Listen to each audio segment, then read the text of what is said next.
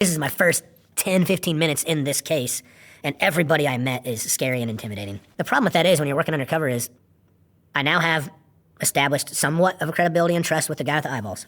I've got somewhat established a relationship with the guy with the skull, the enforcer. And a couple of other guys are like, that's Dutch and that's the guy and he buys dope. That's what he does.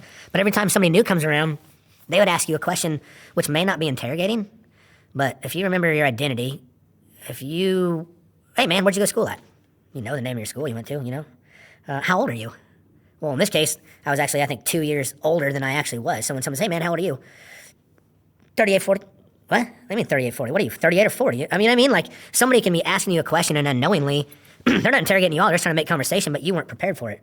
So the more people that come around, the more people that you meet, the more chance there is for you to get exposed, or for someone, I mean, maybe the guy who asked the question didn't pick up on it, but maybe one of the other guys, the enforcer guy who's actually sitting back, as I said, reading the room, might be like, you know, this Dutch didn't answer that question very well. How do you deal with the mental pressure of having to be on all the time?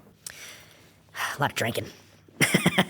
I mean, seriously, it is very intense. Like, being on all the time, that's the thing. Like, the problem is you're never off. Even when you go home, that's a dynamic we've never talked about before. Is like, you know, I'm in this environment, right? Like, we're talking about these biker guys and all these cartel guys, everything around.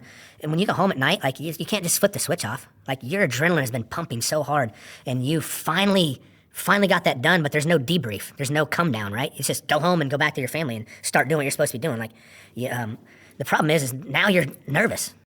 I mean, you start to feel like a bad guy, you know. I'm checking my mirrors all the time. If I gotta go drop the kids off, I maybe spin around a couple times, make sure nobody's tailing me. Like, there's nothing about my life when I wasn't working that was normal, you know. And when you've got like 6 different cell phones, you've got, you know, Dutch, you've got Bones, how do you manage all of those different identities? Where do you find yourself? As far as like who Dutch is at home and at work, I know I'm covered in tattoos and I look like a menace and all that stuff, but this is the real me.